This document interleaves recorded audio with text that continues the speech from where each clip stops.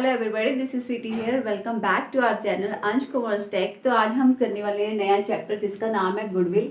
ये आपका lecture number 1 है। पर गुडविल करने से पहले मैं आपको एक बात बताना चाहती हूँ कि ये जो चैप्टर है ये आपके जितनी भी इस बुक के पार्टनरशिप के जितने भी चैप्टर आएंगे फर्दर उन सब में ये इन्वॉल्व है। तो इसलिए इसको करना बहुत ही ज़रूरी है और समझना भी बहुत ज़रूरी है। तो देखते हैं कि गुडविल है क्या।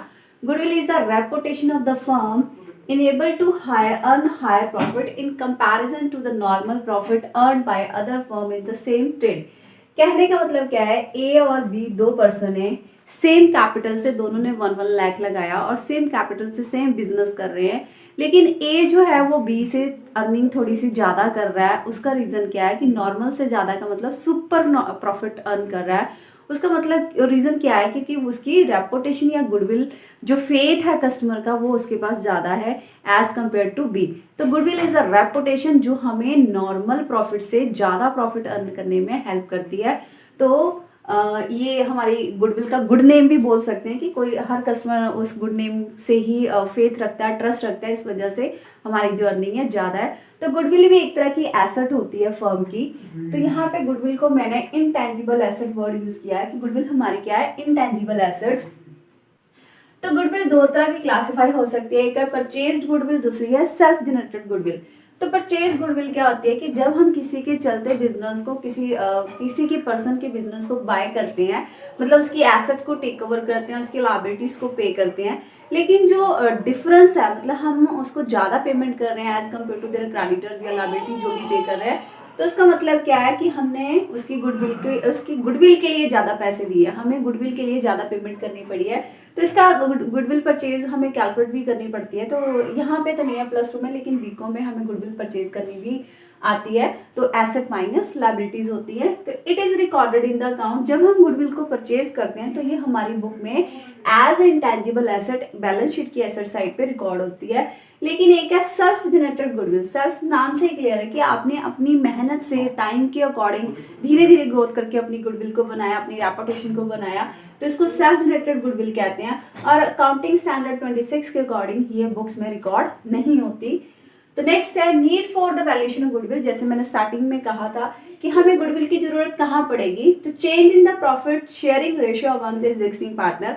जब कोई मान लो कोई एग्जिस्टिंग ABC 3 पार्टनर है और वो अपनी पहले रेशियो 1:1 रख रहे थे, लेकिन अब वो 3:2:1 प्रॉफिट शेयरिंग रेशियो चेंज करना चाहते हैं, तब भी अगर गुडविल है तो वो चेंज होती है। When a new partner is admitted, तब भी गुडविल की बात होती है, तब भी गुडविल डिस्ट्रीब्यूट होती है। और व्हेन द पार्टनर्स रिटायर और डाई, तब भी गुडविल की वैल्यू कैलकुलेट होती है और एडजस्टमेंट होती है। When the firm is sold का मतलब डिसॉल्व, तब भी गुडविल की बात होती है। और when the firm is amalgamated with another firm, मतलब ए ने बी की फर्म को बाय कर लिया या ए बी मर्ज हो गए, तब भी गुडविल की वैल्यू कैलकुलेट होती है। तो goodwill is a main important part for the business. तो इसको कैलकुलेट करना आना चाहिए। तो method of the valuation of goodwill, goodwill को कैसे कैलकुलेट करते हैं। फर्स्ट है एवरेज मेथड, सेकंड है सुपर प्रॉफिट मेथड, थर्ड है कैपिटलाइजेशन ऑफ मेथड। फर्स्ट है एवरेज मेथड, जिसमें सिंपल एवरेज प्रॉफिट मेथड या वेटेड एवरेज प्रॉफिट मेथड है। और कैपिटलाइजेशन में कैपिटलाइजेशन ऑफ एवरेज प्रॉफिट और कैपिटलाइजेशन ऑफ सुपर प्रॉफिट। तो एवरेज प्रॉफिट मेथड को सिंपल और वेटेड में डिवाइड किया। सुपर प्रॉफिट आपका एक ही मतलब आपका मेथड है, उसमें कोई पार्टीशन नहीं है। कैपिटलाइजेशन जो है वो एवरेज, यहाँ देखो कैपिटलाइजेशन वर्ड लिया और एवरेज प्रॉफिट का भी कैपिटलाइजेशन कर दिया और सुपर प्रॉफिट का भी कैपिटलाइजेशन कर दिया। मतलब जो कैपिटलाइजेशन मेथड है वो आपकी एवरेज और सुपर प्रॉफिट के कॉम्बिनेशन से ही बनता है। ठीक है। तो सबसे पहले यहाँ पे जो प्रॉफिट, क्योंकि एवरेज प्रॉफिट की बात हो रही है तो हमें प्रॉफिट एडजस्ट आना चाहिए। क्यों आना चाहिए? क्योंकि हम गुडविल के लिए क्या करते हैं, पास्ट जो हमारे प्रॉफिट है उनकी एवरेज लेके हम फ्यूचर के प्रॉफिट को एस्टिमेट करते हैं, क्योंकि हम ये मानते हैं कि फ्यूचर में हमारा ऐसे, क्योंकि पास्ट में ऐसा एक्सपीरियंस है, तो फ्यूचर में आने वाले टाइम तक हम इतना प्रॉफिट अर्न कर सकते हैं on the behalf of the our goodwill. तो इस वजह से हमें अपने प्रॉफिट को, फ्यूचर मेंटेनेबल प्रॉफिट को एडजस्ट करना पड़ता है, क्योंकि कुछ ट्रांजैक्शन ऐसी होती हैं जो एबनॉर्मल होती हैं और उनको कंटिन्यू नहीं किया जाता, तो इस वजह से उनको एडजस्ट करना जरूरी होता है। तो फर्स्ट है profit of the past year, पहले मैं निकाल रही हूँ एडजस्टेड प्रॉफिट या फ्यूचर प्रॉफिटेबल मेंटेनेबल प्रॉफिट। तो profit of the past year ले लिया, पास्ट ईयर का जितना भी प्रॉफिट है। हाँ ये देख लेना कि ये जो एडजस्टमेंट करनी है ये जिस ईयर में है उस पर्टिकुलर ईयर में एडजस्टमेंट होगी, सब में एडजस्ट करने की जरूरत नहीं होती इनको। तो profit of the past year add करनी है एबनॉर्मल लॉसेस, मतलब ठीक है क्योंकि कंटिन्यू बिजनेस में नहीं होती तो ये नहीं चाहिए हमें, तो क्योंकि पहले लेस होंगे लॉसेस अब ऐड होंगे। ऐड द एबनॉर्मल लॉसेस, कौन से लॉसेस हो सकते हैं, by fire, by theft, by the loss on sale of fix asset. और सीधी सी बात है अगर लॉसेस हमारे ऐड हुए हैं तो एबनॉर्मल गेन हमारे क्या होंगे, लेस। तो एबनॉर्मल गेन क्योंकि पहले ऐड हुए थे अब लेस हो जाएंगे, profit on sale of fix asset, तो ये लेस हो गए। सेकेंड है non recurring expense. Non recurring expense होते हैं कि हो सकता है कि पहले रेकरिंग थे लेकिन अब फर्दर आपको उस चीज की जरूरत नहीं है तो आप उसको नहीं करना चाहते खर्चे को, तो वो नॉन रेकरिंग एक्सपेंस होते हैं, मतलब फ्यूचर में आपका वो एक्सपेंस नहीं होने वाला। तो नॉन रेकरिंग एक्सपेंस जो अब नहीं होने वाले वो प्लस हो जाएंगे। इसके अलावा कैपिटल एक्सपेंडिचर, मतलब आपने मोटर कार खरीदी लेकिन उसका खर्चा आपने रेवेन्यू में शो कर दिया, तो वो कैपिटल नेचर का खर्चा था जिसको गलती से रेवेन्यू में शो कर दिया, तो वो भी क्योंकि कैपिटल एक सिंगल टाइम इफेक्ट है तो नॉन रेकरिंग एक्सपेंस वो भी बन गया, इस वजह से वो भी ऐड होता है, ठीक है। तो इसी तरह अगर नॉन रेकरिंग इनकम है तो लेस हो जाएगी। नॉन रेकरिंग एक्सपेंस अगर प्लस में तो नॉन रेकरिंग इनकम क्या होगी आपकी, लेस हो जाएगी। ये भी ऐसी इनकम है जो पहले हो रही थी अब नहीं होगी। Over valuation of opening stock plus under valuation of closing stock.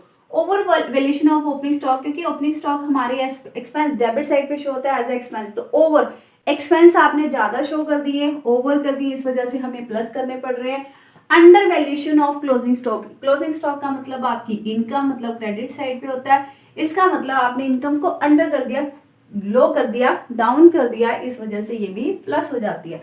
तो इसी का ऑपोजिट देख लेते हैं। अगर over valuation of opening stock और under valuation of closing stock add है तो इससे ऑपोजिट हो जाएंगे over valuation of closing stock, क्योंकि क्लोजिंग स्टॉक इनकम ज्यादा शो कर दी इस वजह से माइनस हो गया, और ओपनिंग स्टॉक एक्सपेंस जो है अंडर, मतलब कम एक्सपेंस लेस किए हैं तो हमें एक्सपेंस और लेस करने पड़ेंगे फॉर द ट्रू प्रॉफिट, ठीक है। तो एबनॉर्मल लॉसेस ऐड हो गए, नॉन रेकरिंग एक्सपेंस ऐड हो गए, और over valuation of opening stock plus under valuation of closing stock, मतलब एक्सपेंस इनकम कम डाली तो प्लस कर लिया और एक्सपेंस ज्यादा माइनस कर दिया तो प्लस कर लिया, ठीक है। तो एबनॉर्मल गेन आपके लेस हो गए, नॉन रेकरिंग एक्सपेंस लेस हो गए, इसके सॉरी इनकम लेस होगी। इसके अलावा रेकरिंग एक्सपेंस, रेकरिंग एक्सपेंस मतलब फ्यूचर में कंटिन्यू होने वाले, पहले नहीं हो रहे थे लेकिन अब कंटिन्यू होने वाले, कैसे, जैसे पार्टनर सैलरी या पार्टनर रेमोनेशन, इंश्योरेंस प्रीमियम, आपने अपनी बिजनेस का पहले प्रीमियम नहीं करवाया था, अब आपने प्रीमियम करवा दी तो प्रीमियम देना पड़ रहा है, इंश्योरेंस करवा दी तो प्रीमियम देना पड़ रहा है, पहले नहीं था लेकिन अब हो रहा है, तो रेकरिंग एक्सपेंस लेस हो जाएंगे। इसके अलावा इनकम, ये इंपॉर्टेंट पॉइंट है, income from non trade investment, मतलब आपका बिजनेस नहीं है इन्वेस्टमेंट करके इनकम कमाने का, और आपने कोई इन्वेस्टमेंट करी उससे आपको इनकम हो रही है तो वो नॉन ट्रेड इन्वेस्टमेंट बन जाती है या नॉन बिजनेस इनकम बन जाती है, तो वो भी लेस हो जाएगी क्योंकि वो बिजनेस की इनकम नहीं थी, ठीक है। तो ये आ गया आपका एडजस्टेड प्रॉफिट फ्यूचर या मेंटेनेबल प्रॉफिट। तो आपको इन फॉर्मूला को अप्लाई करने से पहले आपको एडजस्टेड प्रॉफिट कैलकुलेट करना आना ही चाहिए, तभी आपके क्वेश्चन सही हो सकते हैं। तो let's see example, first method से करते हैं, सिंपल एवरेज प्रॉफिट मेथड, ये मैंने फर्स्ट मेथड अप्लाई किया है यहाँ पे। A purchased B's business with effect 1st April 2020. It was agreed that the firm goodwill will be valued at 2-year purchases. कितना? 2-year purchases of average normal profit of the last 3 years. और यहाँ लिखा हुआ average normal profit of the last 3 years. कितने साल का profit लेना है, कितने साल के प्रॉफिट का एवरेज लेना है, 3 year के प्रॉफिट का एवरेज लेना है। 3 साल का प्रॉफिट आपको दिया हुआ है, लेकिन इनमें एक बात बोल दी है कि फर्स्ट 2018 में इंक्लूडिंग एबनॉर्मल गेन, तो हमें पता है एबनॉर्मल गेन क्या होते हैं, लेस, मतलब ये लेस होगा। यहाँ लिखा है 2019 के प्रॉफिट में है आफ्टर चार्जिंग एबनॉर्मल लॉस, तो एबनॉर्मल लॉस क्या होते हैं, प्लस, तो ये प्लस हो जाएगा। 2020 के 85,000 में लिखा है इंक्लूडिंग नॉन बिजनेस इनकम, मतलब ये रही income from non trade investment, तो ये भी माइनस हो जाएगी। तो क्वेश्चन पढ़ के पहले हमें समझना चाहिए कि क्या क्या इन्फॉर्मेशन गिवन है। तो मैंने यहाँ पे ईयर लिख दिए 18, 19, 20, और नॉर्मल प्रॉफिट जो मुझे गिवन था 1,10,000, 85,000 पुट कर दिया। अब एडजस्टमेंट क्या है, पहला था एबनॉर्मल गेन, तो एबनॉर्मल गेन लेस होता है तो -10,000। फिर था एबनॉर्मल लॉस, लॉस प्लस होते हैं तो प्लस 20,000, और नॉन बिजनेस इनकम माइनस होती है तो माइनस 5,000। तो आपकी वैल्यू आई 90, 1,30,000 और 80,000 प्लस माइनस करने के बाद। ठीक है, तो अब बात आती है, ये आ गया आपका टोटल एडजस्टेड प्रॉफिट। मुझे ये चाहिए क्योंकि क्वेश्चन को किसी भी मेथड से करने से पहले मुझे ये एडजस्टेड प्रॉफिट मेंटेन करना आना चाहिए, तो वो मैंने कर लिया। अब बात आती है सिंपल एवरेज प्रॉफिट। तो फॉर्मूला क्या होता है सिंपल एवरेज प्रॉफिट का? सिंपल एवरेज प्रॉफिट का फॉर्मूला होता है टोटल एडजस्टेड प्रॉफिट, जो मैंने फाइंड आउट कर लिया, divide by number of year, 1 2 3, 3 number of years है, तो इससे क्या आ जाएगा, मेरा एवरेज एडजस्टेड प्रॉफिट आ जाएगा। लेकिन जो गुडविल कैलकुलेट करनी है उसका फॉर्मूला है average profit into number of year purchases. मतलब यही वाला एवरेज प्रॉफिट, यही वाला प्रॉफिट जो आपने यहाँ से कैलकुलेट किया, multiply by number of year purchases. तो ये नंबर ऑफ ईयर परचेजेस दिए हुए हैं आपको 2 ईयर्स, कितने दिए हैं 2 ईयर्स, तो मल्टीप्लाई बाय 2 कर देंगे तो आंसर आ जाएगा। अब बात आती है कि नंबर ऑफ ईयर परचेजेस होते क्या? नंबर ऑफ ईयर परचेजेस का मतलब ये है कि मुझे पता है कि आज मेरी रेपुटेशन मार्केट में इतनी है, तो आने वाले 2-3 साल तक तो मेरा कंपटीटर कोई नहीं है, या मुझे compete करने वाला कोई नहीं है, तो मैं अपने प्रॉफिट को कंटिन्यू इतना मेंटेन कर सकता हूँ, बट 2-3 साल तक, क्योंकि हर वक्त हर पर्सन फर्स्ट नंबर पे तो नहीं रह सकता, तो कोई ना कोई compete करने वाला पहुंच ही जाता है। तो इस वजह से यहाँ पे नंबर ऑफ परचेजेस को 2, 3, 4 इतने मैक्सिमम ईयर लिए होते हैं, इससे ज़्यादा नहीं होते। तो करते हैं स्टार्ट। एवरेज प्रॉफिट निकालना, सिंपल एवरेज प्रॉफिट क्या फॉर्मूला था, टोटल एडजस्टेड प्रॉफिट, जो कि मैंने कैलकुलेट किया 3 लाख, नंबर ऑफ ईयर है 3, डिवाइड किया तो आया 1 लाख। तो गुडविल क्या है फॉर्मूला, एवरेज प्रॉफिट, मतलब यही वाला प्रॉफिट आ गया 1 lakh. Number of year purchases आपको क्वेश्चन में गिवन है 2, मल्टीप्लाई बाय 2 किया तो 2 लाख की आपकी गुडविल आ गई। ठीक है, तो ये था इसका एक example simple average profit method का।